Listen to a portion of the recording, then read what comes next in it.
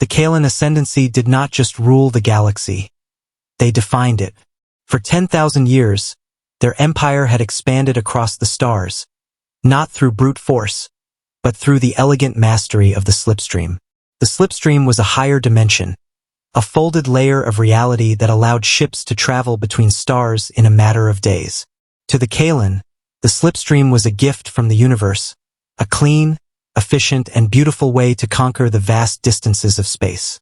Their society was built around this mastery. Their cities were floating rings of white metal and green gardens, orbiting stable stars. Their ships were works of art, shaped like teardrops, powered by crystalline warp cores that hummed with a soft, blue light. The Kalan believed that true intelligence was shown by how cleanly one could manipulate the universe. They despised waste. They despised noise. They despised anything that was not perfectly calculated.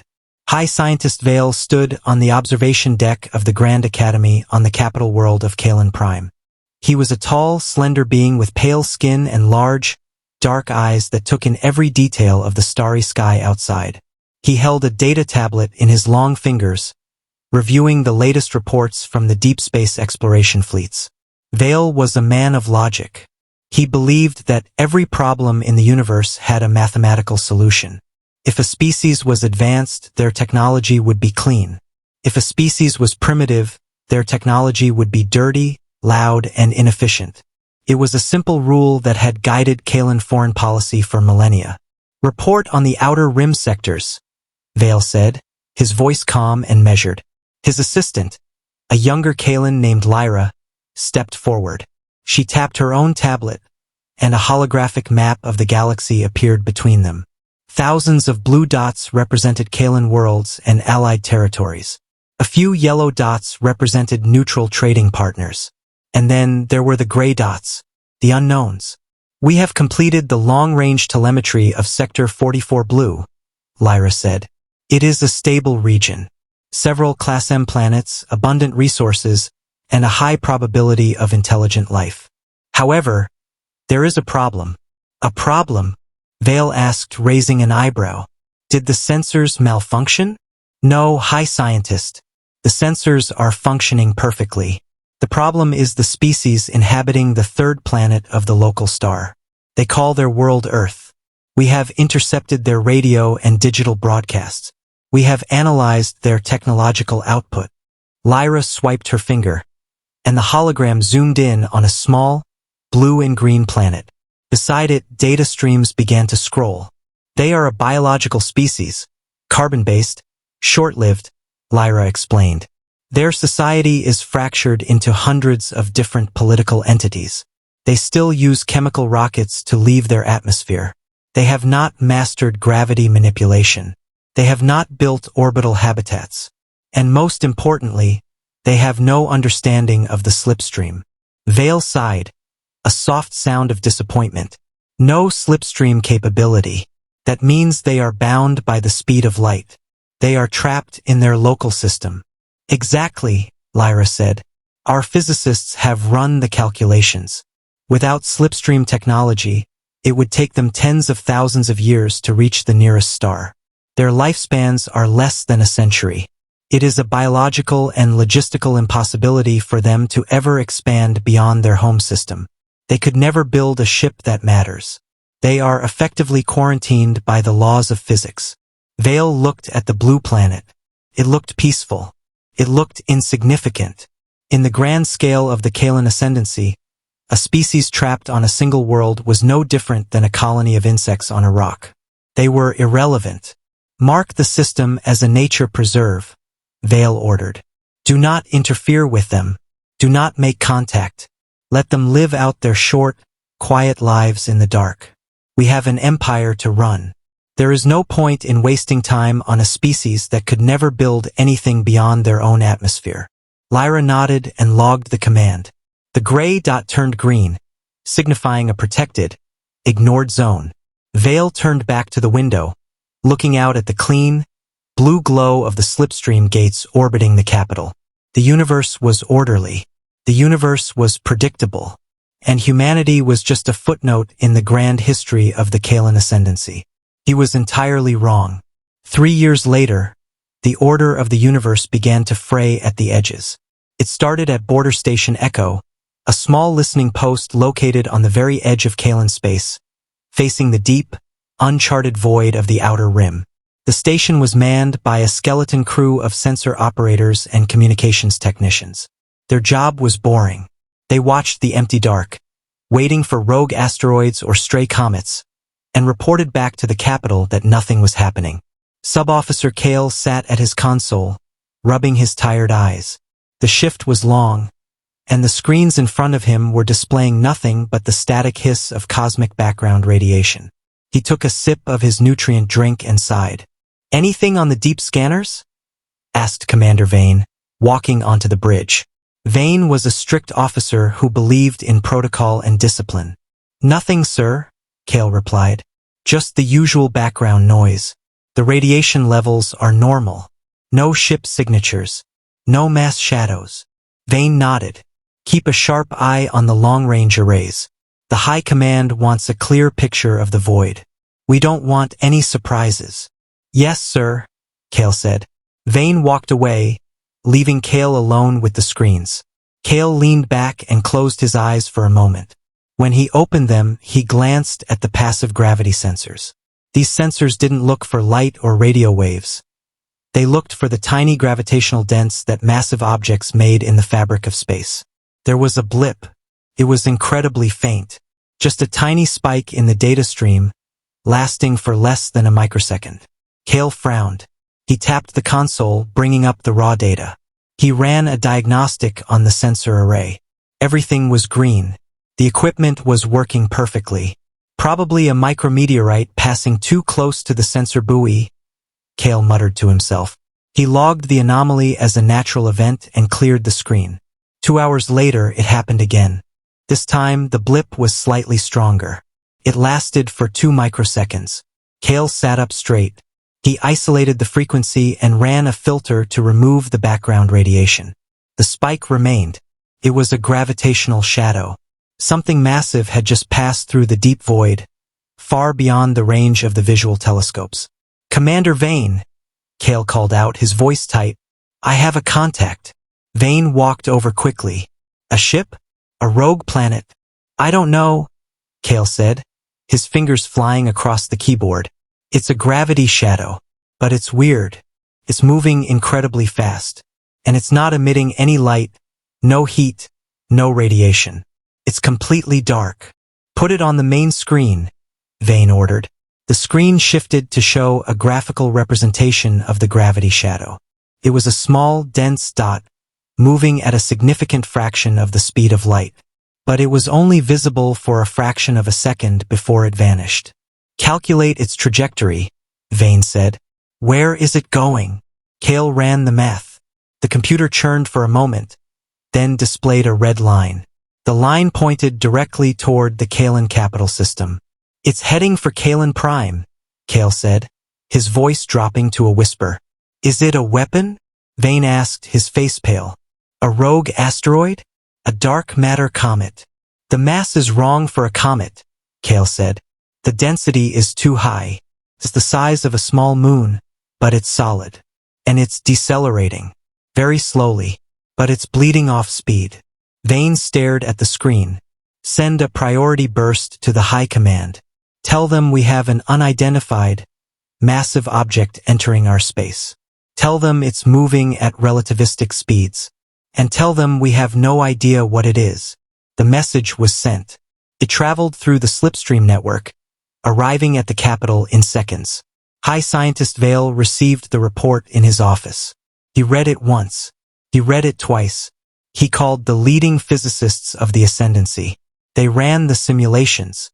They checked the math. Their conclusion was unanimous. It was impossible. An object of that mass, moving at that speed without emitting any energy signature, violated the core principles of Kalan physics. Without a slipstream drive, a ship could not travel that fast. And if it did travel that fast, the friction of interstellar dust would turn it into a ball of plasma. It would burn up long before it reached the capital. "It is a sensor ghost," Vale told the Emperor later that day. "A glitch in the deep space arrays.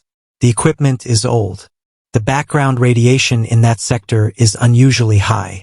It is creating phantom data. The Emperor, a wise and cautious leader, nodded. See that the arrays are recalibrated, Vale. We cannot afford to be blind. But I agree with your assessment. Physics is physics. Nothing can move that fast in real space without burning to ash. It is an illusion. Vale ordered the recalibration. The sensors were cleaned, the software was updated, and the arrays were reset. For a month, the shadows disappeared. Vale was vindicated. The universe was orderly. The anomaly was resolved. But the shadows didn't disappear because the sensors were fixed.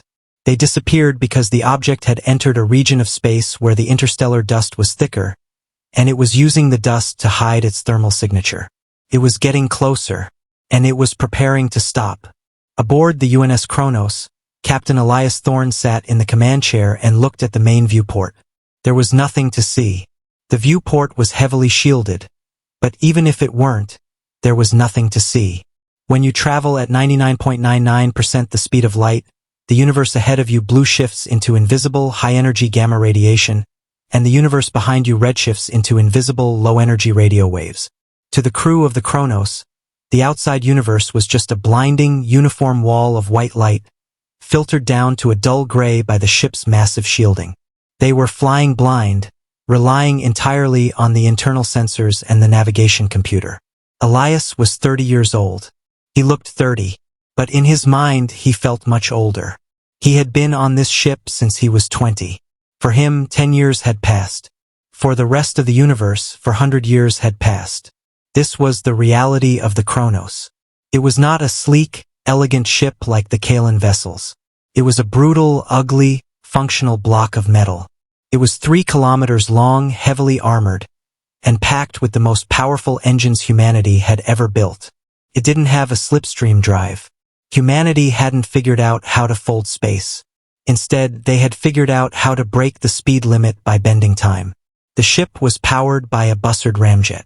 The massive magnetic funnel at the front of the ship scooped up interstellar hydrogen as they flew. This hydrogen was fed into a fusion reactor, which generated almost limitless power. That power was used to drive the ship faster and faster, pushing it closer and closer to the speed of light. But going that fast creates a problem. Time dilation. As you approach the speed of light, time slows down for you relative to the rest of the universe. The humans didn't just accept this. They weaponized it. They built a time dilation bubble around the crew compartments. Inside the bubble, time moved normally for the crew. Outside the bubble, centuries passed in the blink of an eye. "Captain," said Lieutenant Sarah Jenkins, the ship's navigator. She was sitting at the helm, her eyes locked on the telemetry data. "We are approaching the target system. Deceleration point is in 4 hours. Elias nodded. "Status of the ramjet?" "Scooping at maximum efficiency," Sarah replied. "Reactor output is at 98%. The time dilation bubble is holding steady. Internal chronometers show we have been in transit for 10 years, 2 months, and 4 days. "And external chronometers?" Elias asked. Sarah hesitated. "External chronometers show 412 years have passed since we left Earth, sir." Elias sighed. It never got easier to hear. Everyone they had ever known was dead. Their families, their friends, their entire generation. They were ghosts, flying through a future they didn't belong to. But they had a mission. Earth had detected the Kalan ascendancy centuries ago. They had intercepted the Kalan broadcasts, studied their technology, and realized a terrifying truth. The Kalan were expansionist. They were arrogant, and they viewed any species without slipstream technology as worthless. Earth knew that eventually, the Kalan would notice them, and they would either be conquered or ignored. Humanity refused to be ignored. So they built the Kronos. They built it to cross the galaxy without a slipstream drive. They built it to prove that humanity could not be contained by the laws of physics. "Sound the general quarters," Elias ordered. "Wake up the tactical team. Tell the engineering crew to prepare for the energy dump. We are about to hit the brakes, and it's going to be a rough ride." The ship's alarms blared. The crew, accustomed to the routine of the long dark, moved quickly to their stations. They strapped into their seats. They checked their harnesses. They knew what was coming. Decelerating from 99.99% the speed of light was not like pressing the brakes on a car. It was a violent, terrifying release of kinetic energy. The ship had to shed centuries of accumulated momentum. If they did it wrong, the G-forces would turn the crew into liquid. If they did it right, the energy release would light up the sensors of every star system within 10 light-years. Approaching the deceleration corridor, Sarah called out, her voice steady. Time dilation bubble is being slowly expanded. Internal gravity is increasing. 0.2 gs. 0.3 gs. Elias felt the weight press down on his chest. The ship groaned. The metal hull, subjected to the immense stress of relativistic travel, creaked and popped. Divert all non-essential power to the forward deflector shields, Elias said. We are going to hit a lot of dust when we drop out of the slip. I want the hull intact when we arrive. Shields at maximum, the tactical officer reported. 0.5 gs, Sarah said. Reactor output is spiking. We need to start venting the excess fusion plasma. Vent it, Elias ordered. Push it out the rear exhaust ports. Let them see us coming. The Kronos shuddered violently as the massive engines reversed their polarity. The ship began to slow down. The blinding white light outside the viewport began to shift. The gamma radiation faded, and the visible spectrum of the stars began to return. They were dropping out of the deep dark. They were arriving in the Kalan capital system. On Kalan Prime, High Scientist Vale was attending a symposium on the aesthetic properties of slipstream geometry. The lecture was boring, but it was expected. The Kalan appreciated beauty in mathematics. Suddenly, the doors to the lecture hall opened. A junior aide rushed in, his face pale, his breathing heavy. He ignored the protocol of the symposium and walked straight up to Vale. High Scientist, the aide whispered, his voice trembling. You need to come to the command center. Now. Vale frowned. He stood up, apologizing to the lecturer, and followed the aide out of the hall. They walked quickly through the pristine, white corridors of the academy, arriving at the central command center. The room was in chaos. Screens were flashing red. Alarms were blaring. Dozens of officers were shouting over each other. Report, Vale barked, stepping up to the main console. Commander Vane, the officer from Border Station Echo, was on the holographic screen. He looked terrified. High Scientist, the shadow, is not a glitch. It's real. And it just decelerated. Decelerated? Vale asked. From what speed? From 99.99% the speed of light, Vane said. The room went dead silent. The officers stopped shouting. The alarms seemed to fade into the background. Vale stared at the screen, his mind struggling to process the words. That is impossible, Vale said softly. The kinetic energy, the friction, the ship would have been vaporized. It would have released enough energy to crack a planet. It didn't vaporize, Vane said. It used a time dilation field. It rode the edge of relativity. And now it's in real space. It's sitting in high orbit above the capital. Put it on the main screen, Vale ordered. The central hologram shifted. The image of the capital city was replaced by the visual feed from the orbital defense platforms. There it was. It was not a beautiful teardrop ship. It was a scarred, blackened, ugly block of metal. It was 3 kilometers long. Its hull was pitted and burned from centuries of impacts with interstellar dust. It was venting massive clouds of superheated plasma from its rear exhaust ports. It glowed with a dull, angry red heat. It looked like a meteor that had just crashed into the sky and decided to stay. But the most terrifying thing about it was not its appearance. It was its mass. The sensors showed that the object was incredibly dense. It was solid metal from bow to stern. There were no hollow cargo bays. There were no elegant gardens. It was a flying brick of pure, unadulterated mass. Are there life signs? Vale asked, his voice barely a whisper.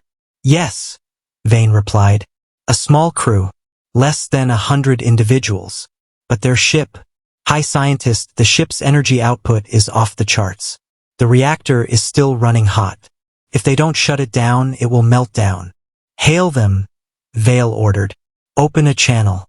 Let us hear what these ghosts have to say. The communications officer worked the console. Channel open. Broadcasting on all universal frequencies. For a moment, there was only static. Then the static cleared. A face appeared on the main screen. It was a human male. He looked young, perhaps in his 30s, but his eyes were old. They were the eyes of a man who had seen the deep void and survived. He wore a simple, gray uniform. There were no medals. There was no ornamentation. "This is Captain Elias Thorne of the United Nations Starship Kronos," the human said.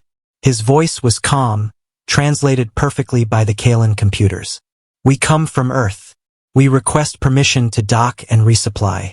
Our reactor is running hot, and our crew is tired." Vale stared at the human. He looked at the ugly, scarred ship behind him. He looked at the sheer, impossible reality of the vessel. "Captain Thorne," Vale said, choosing his words carefully, "you have entered Imperial space without authorization. Your ship, it defies our understanding of physics. You traveled at relativistic speeds. You should be dead. How did you build this?" Elias smiled. It was a small, tired smile. "We didn't build a slipstream drive, high scientist. We don't know how to fold space. So we just built a really, really fast engine. And we built a really, really strong clock to keep us alive while we flew." Vale's mind reeled. They hadn't mastered the slipstream. They had just brute-forced their way across the galaxy using raw speed and time dilation. It was insane. It was dangerous. It was the most inefficient, barbaric method of travel imaginable. And it had worked. The Emperor of the Kalan Ascendancy was not pleased. He watched the feed from the command center in his private chambers.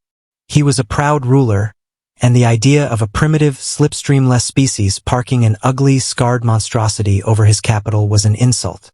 "High Scientist Vale," the Emperor said through the communication link. "This human ship is a threat. It is a violation of our airspace. It is an eyesore. Destroy it." Vale hesitated.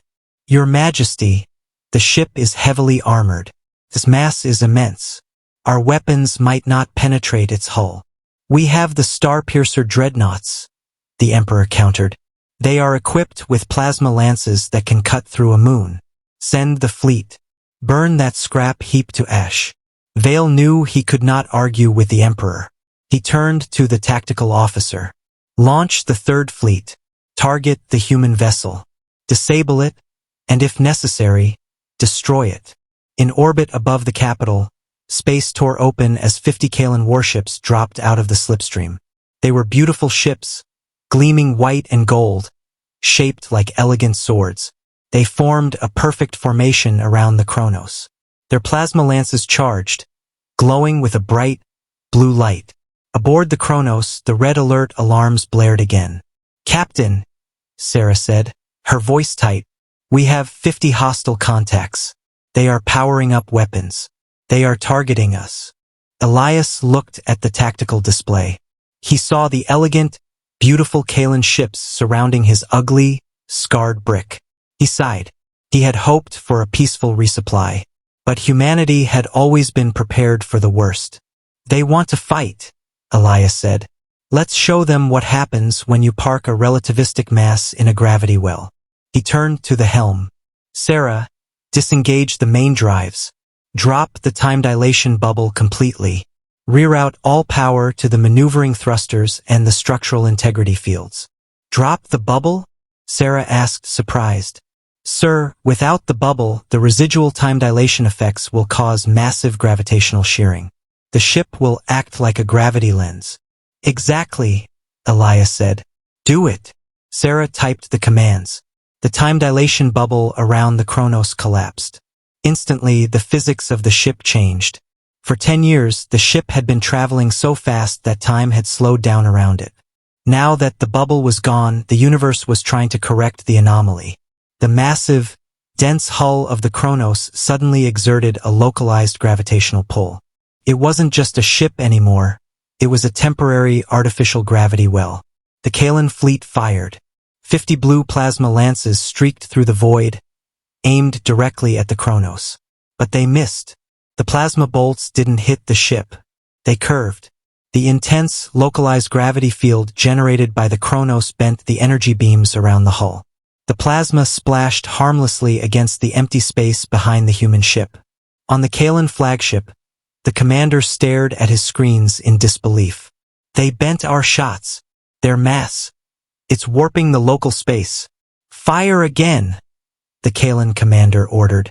Move in closer. Point-blank range. The 50 Kalan ships thrust forward, closing the distance to just a few kilometers from the Kronos. They were so close that the human ship filled their viewports. Aboard the Kronos, Elias watched them come. They're too close, he said. Helm, give me a 10-degree yaw to port. Fire the maneuvering thrusters. Let's give them a wake. The Kronos fired its massive side thrusters. The 3-kilometer-long block of metal shifted slightly. Because the ship was so massive, and because it was still carrying the residual gravitational effects of its relativistic travel, its movement displaced the local space, created a kinetic wake. It was like a submarine moving through water, but the water was the fabric of space itself. The kinetic wake hit the Kalan fleet. It wasn't a physical object. It was a wave of distorted gravity and displaced quantum fields. When the wave hit the elegant Kalan ships, it didn't explode them, tore them apart. The gravitational shearing ripped the white hulls of the Kalan ships like paper. The delicate slipstream drives, unable to handle the chaotic gravity, overloaded and detonated. The beautiful golden spires snapped. The 50 Kalan warships were crushed, twisted, and shredded in a matter of seconds, reduced to a cloud of expanding debris. The Kronos hadn't fired a single weapon. It had just moved, and its sheer brute force mass had destroyed the pride of the Kalan fleet. In the command center on the surface, Vale watched the telemetry in horror. The third fleet was gone, erased in seconds, not by weapons but by the physical presence of the human ship. "High scientist," the communications officer said, his voice shaking. "The human ship is hailing us again." Vale stared at the screen. He felt a deep, profound sense of dread. He had dismissed them. He had called them primitive. He had called them irrelevant. "Put him on," Vale said. Elias Thorne's face appeared on the screen again. He didn't look triumphant. He didn't look angry. He just looked tired. "High Scientist Vale," Elias said. "I believe we have a misunderstanding. We came here to resupply. We did not come here to fight. But your fleet attacked us. We defended ourselves." Vale swallowed hard. "You destroyed 50 of our finest warships without firing a shot. You used your ship's mass as a weapon." "We used physics," Elias corrected gently. "You rely on the slipstream. You fold space to travel. It's clean. It's fast. But it makes your ships fragile. You build them for speed, not for durability. You don't understand real space physics anymore. You forgot what happens when you put 1,000,000 tons of solid metal in a gravity well and move it." Vale looked at the data on his screen. The human was right. The Kalan had spent 10,000 years mastering the slipstream. They had forgotten the brutal, unforgiving laws of Newtonian physics. The Kronos was a relic of a forgotten era of physics, brought back to life with terrifying efficiency. "Your ship," Vale said slowly. "It is a marvel of brute force. But it is inefficient. You spent 400 years traveling to get here. You sacrificed your crew's lives to the time dilation. Why? Why go through such pain just to prove a point?" Elias leaned forward. His eyes locked onto Vale's. "We didn't do it to prove a point. We did it because we had to. When we found out about your empire, we realized that if we relied on your slipstream, we would always be dependent on you. We would always be second-class citizens in the galaxy. We wanted to be equals. And to be equals, we had to be able to reach the stars on our own terms." Elias paused. "You said we could never build a ship that matters because we didn't have the slipstream. You were wrong. We didn't need to fold space. We just needed to be stubborn enough to cross it the hard way. We built a ship that can go anywhere, without needing your gates, without needing your permission." Vale was silent. The sheer, stubborn willpower of the human species was staggering. They had looked at the impossible distance between the stars, and instead of finding a shortcut, they had just walked the long way around. And they had brought a sledgehammer with them. "What do you want, Captain Thorne?" Vale asked finally. "You have demonstrated your power. You have destroyed our fleet. What is your demand?" "I already told you," Elias said. "We want to resupply. We need hydrogen for the ramjet. We need water for the crew. We need some fresh food. And we want a trade agreement. We want to join the galactic community as equals. Not as subjects. Not as pets. As equals." Vale looked at the Emperor's communication channel. The Emperor was silent. The destruction of the Third Fleet had left him speechless. The Emperor gave a small, barely perceptible nod. "Agreed," Vale said. "We will provide the supplies. We will open trade negotiations. But Captain, your ship, it is a danger to itself and to others. The residual gravity effects. It cannot stay in orbit." Elias nodded. "I know. We are going to park it in the outer system near your gas giants. We'll use the gravity of the planet to stabilize the hull. We'll take a shuttle down to the surface for the negotiations." "Very well," Vale said. "Welcome to the Kalan Ascendancy, Captain Thorne. And thank you for showing us what we had forgotten." Elias smiled. "Don't thank us yet, High Scientist. We haven't even shown you our blueprints." The screen went dark. The aftermath of the Kronos arrival changed the Kalan Ascendancy forever. The Kalan were a proud people, but they were not stupid. When their entire military doctrine was rendered obsolete in a matter of seconds by a flying brick of metal, they adapted. The High Command ordered a full review of their ship designs. They realized that their elegant, fragile ships were useless in a close-range engagement against a species that understood kinetic physics. They began to build new ships. They were still beautiful, but they were thicker. They had heavier armor. They had redundant systems. They learned to respect the brutal, unforgiving nature of real space combat. Humanity and the Kalan Ascendancy established a strong trade alliance.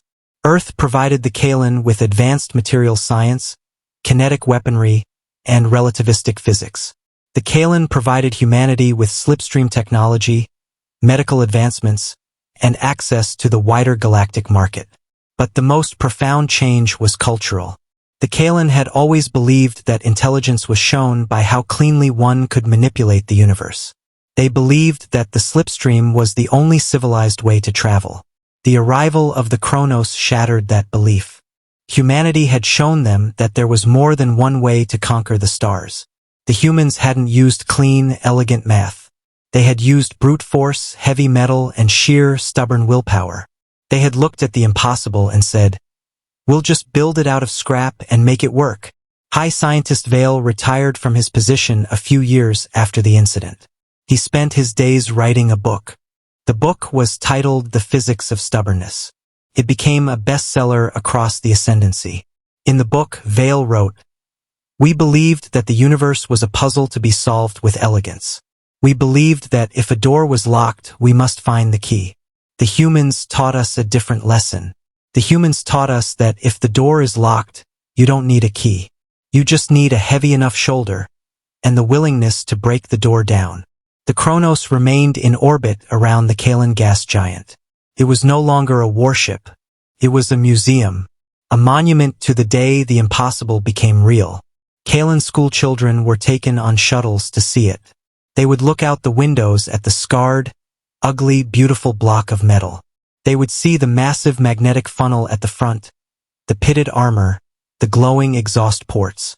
And they would learn the story of the crew who had flown across the galaxy in the dark, riding the edge of time, just to prove that humanity could not be contained. One day, an old Vale, now gray and frail, stood on the observation deck of the museum ship. He was looking at the Kronos. Beside him stood a young Kalan student. "High Scientist," the student asked, "is it true that they built this ship out of garbage and spare parts? That it wasn't designed to be beautiful?" Vale smiled. He looked at the ugly, magnificent ship. He thought of Elias Thorne, and the tired eyes of a man who had sacrificed his life to the long dark. "It is true," Vale said. They could never build something beautiful. They didn't have the time. They didn't have the patience. They just had a job to do. The student looked confused. But our ships are beautiful. Our ships are perfect. Perfection is a trap, Vale said softly. Perfection makes you fragile. Perfection makes you arrogant. The humans were not perfect. They were messy. They were loud. They were brutal. And that is why they survived the long dark. That is why they are here. Vale placed a hand on the glass. Never doubt the humans, my young friend. They may not build beautiful things. But when they decide to build something, you had better pray they don't decide to build it out of your ships. The student nodded, absorbing the lesson. Outside, the Kronos hung in the void. It was scarred. It was ugly. It was a relic of a brutal, relativistic past. But to the Kalen, it was the most beautiful thing in the sky. It was a reminder that the universe was not just a place of elegant math and clean energy. It was a place of mass, of momentum, and of the indomitable human spirit. And as the Kalen looked at the stars, they no longer saw a void to be folded and bypassed. They saw a vast, physical ocean. And they knew, with absolute certainty, that humanity was already sailing across it, building ships out of the dark, and daring the universe to try and stop them. The end.